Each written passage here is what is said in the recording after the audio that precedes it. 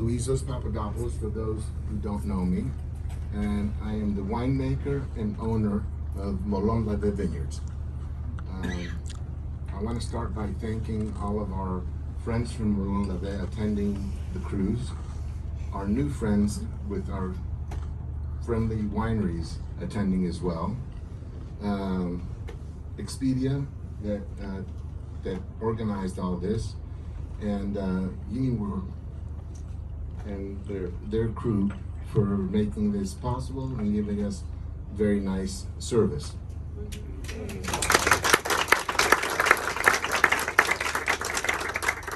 Also want to thank Rapanic Cellars and their owners, John and Mary, and Philip Strother with Philip and Danielle. So, a little bit about us and to introduce the winery as well. We are from Greece. My wife Alexandra is here as well tonight, and migrated to the US in 1984.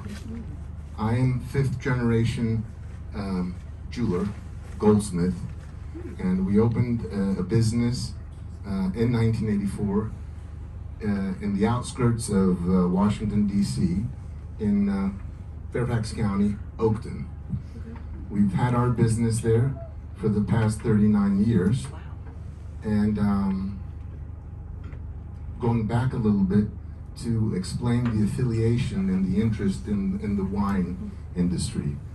In the early 1970s, while still in Athens, in Greece, we bought a farm outside the ancient city of Corinth. For those who don't know, Corinth is a city about 50 miles southwest of Athens in the Peloponnese. It has ideal climate for olive orchards, oranges, lemons, and of course vines, grapevines. Actually, a lot of the production of lemons and oranges ended up in Germany back before we were in the EU. Greece was in the EU, and also today. So we bought the farm there. There's three wine regions in Greece. One is the region of Nemea, which was 15 miles from where our farm was. The second one was in Nausa, and that's up in northern Greece. And the third one might be a surprise, but you would probably know it a little bit better than anywhere else, is Santorini.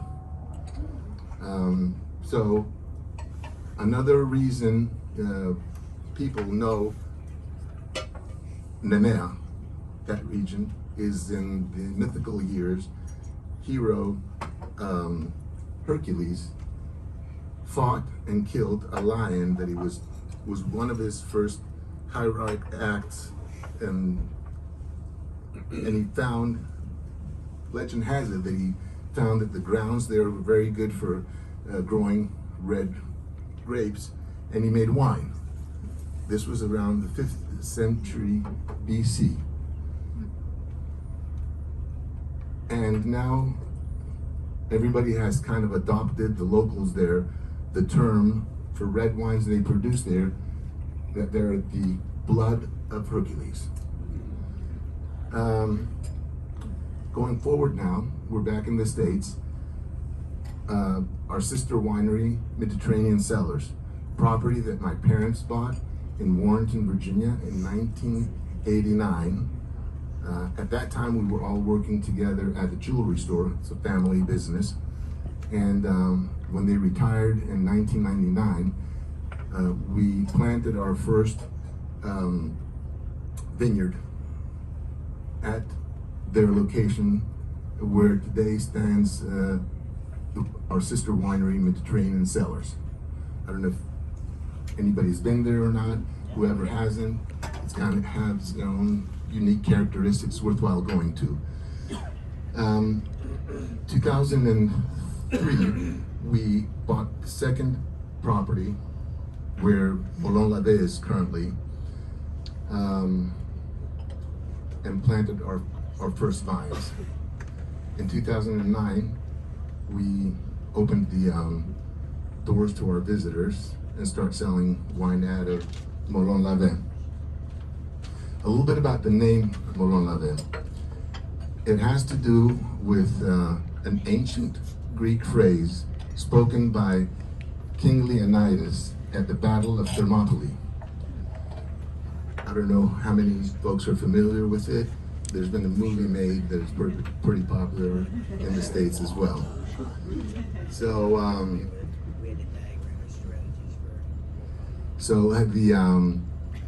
there were 300 Spartans surrounded by Persian troops of about 150 or 160,000 in a small protected area that had one little opening, and as the Persians were coming through, they were being slaughtered. At some point in time, Xerxes, their king, offered to try to frighten King Leonidas by saying, "I have so many archers that if they shoot their arrows, they will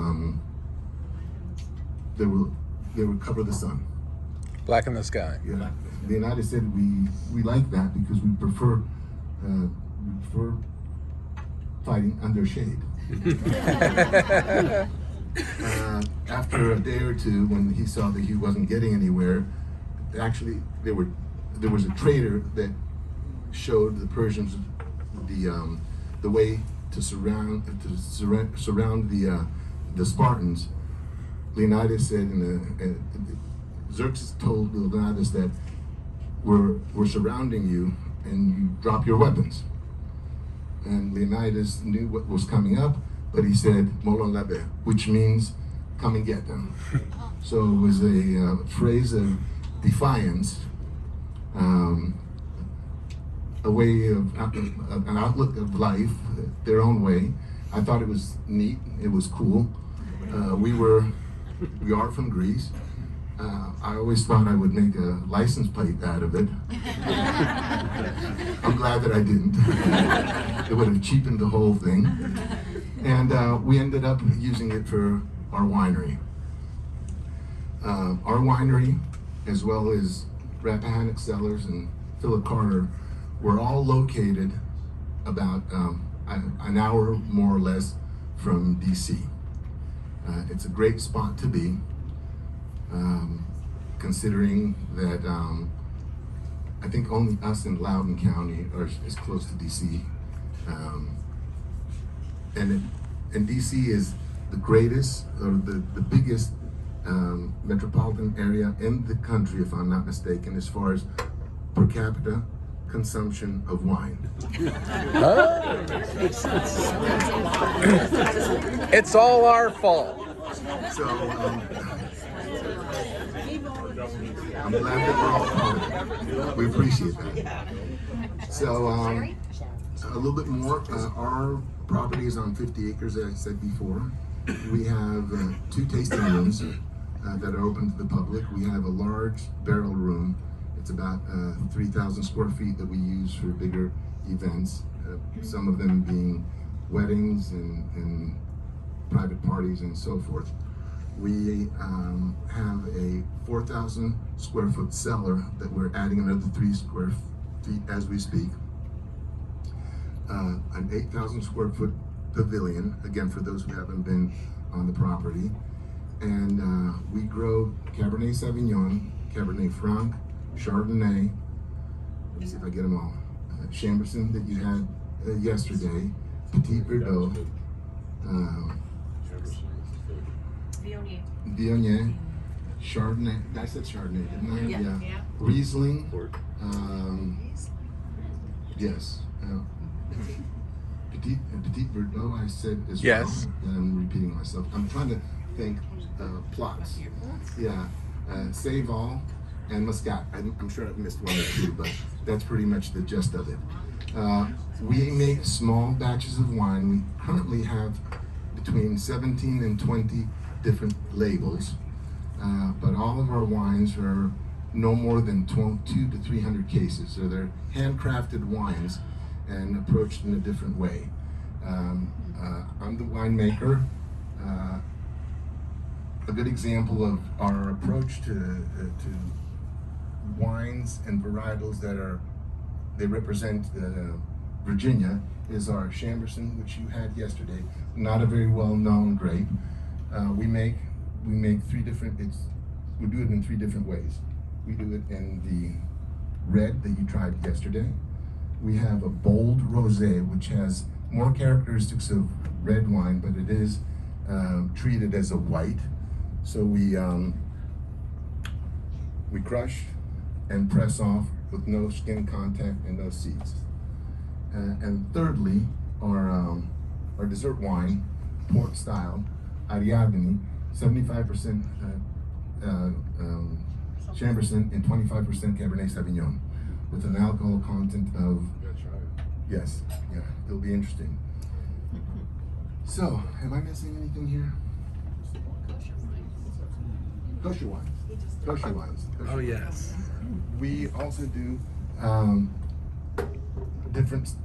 we try to experiment with different styles of wines here in the States. One of them is who's familiar with Retsina wine? Retsina. It's a Greek style wine that is that's flavored by pine resin. There's people that love it and hate it. Therefore, we made 2 versions of it. One is for the fanatics that really like the Greek strong flavored one, and then one it's lighter, so it has a hint of it, but it's not very strong. And we have Mediterranean, our other winery, has the actual Retsina, which is white. We have a variant of it. It's called Cochinelli, and it's a rosé. And the approach is pretty much the same as the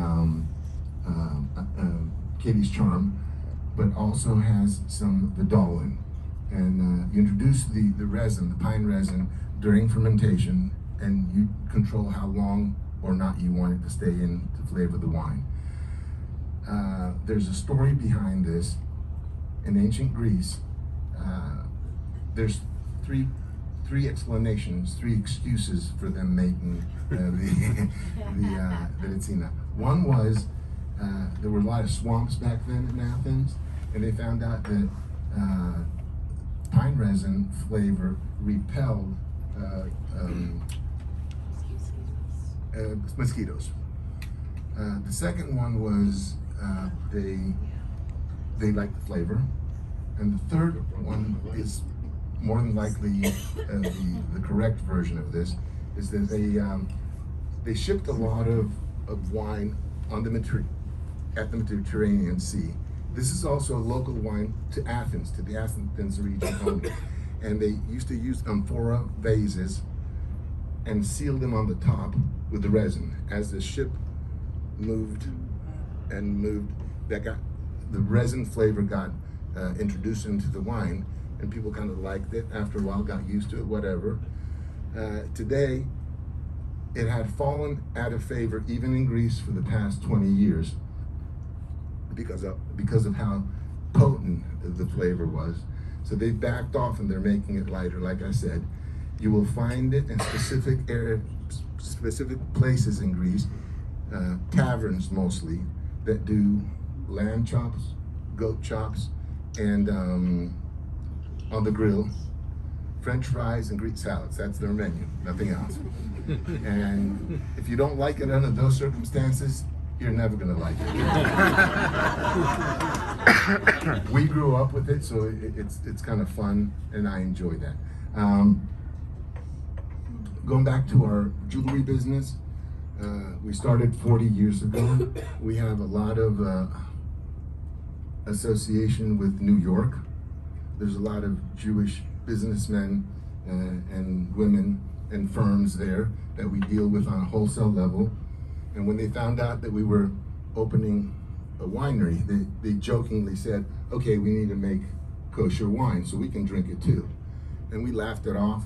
And then 2 years later, they came with a proposition, said, let's do it. If you're not of the Jewish faith, it would be very difficult, if not impossible, to be accredited to make that wine. There's agencies or agents that that supervise all this. One of probably the most known one would be the OU. It's a stamp that you'll see in a lot of products, including Coca-Cola, cereals, and what it does, it ensures that the product does not come into contact with, for instance, if you're making butter, it doesn't come into contact by mistake with lard from pork, which is a no-no. So anyway, we came to an understanding. They visited with us, interviewed us. Our manager of production is our friend Avi Jacobowicz. He's a diamond cutter, and he's the one who manages and orchestrates everything. Not to bore you with too many details, the way it works is we bring the grapes from the vineyard, drop it off in our crush pad, and then they take over. So the rabbi and his team comes over. All observant. All observe, yeah. And we observe, but they're hands-on. We're not allowed to touch the wine till it's in the bottle. And they have to go to Shabbos every Saturday. Every Saturday. Yes. Again, I don't want to bore people too much, but it has to do mostly with supervision and with separation. So the product has to be separate from everything else. And two wines, both you will have tonight, our Cabernet Sauvignon and our Chardonnay over there, are both kosher wines. And those are the only two that we have. In order not to compete with them, whatever else we come up with, it's not them, it's still our wines, our label. But in order not to compete one label to the other, that's why when we had dedication yesterday, it's not of the same batch. That one was handled by them with our supervision and told them what to do. This one is handled by us from day one. Am I forgetting anything? Any questions from anybody? To note, it's delicious. If you're not Jewish, and you have Jewish friends and you're invited to a Seder, you will be a hit. This is not Manischewitz. And you leave the door open, Elijah will be there. Another cool factor is that we're the only winery in Virginia that produce kosher wines, and we're the only farm winery, not commercial winery, on the East Coast that produces kosher wine. So it was fun and educational for us because we got to be exposed to a different culture and faith, and got to meet a lot of people through it. We're both from the same part of the world originally, and that was kind of neat. I think that's about it from me. Now, I know we all want to have some wine. It is said in the industry that wine tastes better with good food, good friends. We will have the good food later. We're in good company now. But I'm going to add to it that it's nice to have a pretty lady make the announcement and the breakdown of each wine while they're being poured. So I'm going to introduce my wife, Alex Papadopoulos.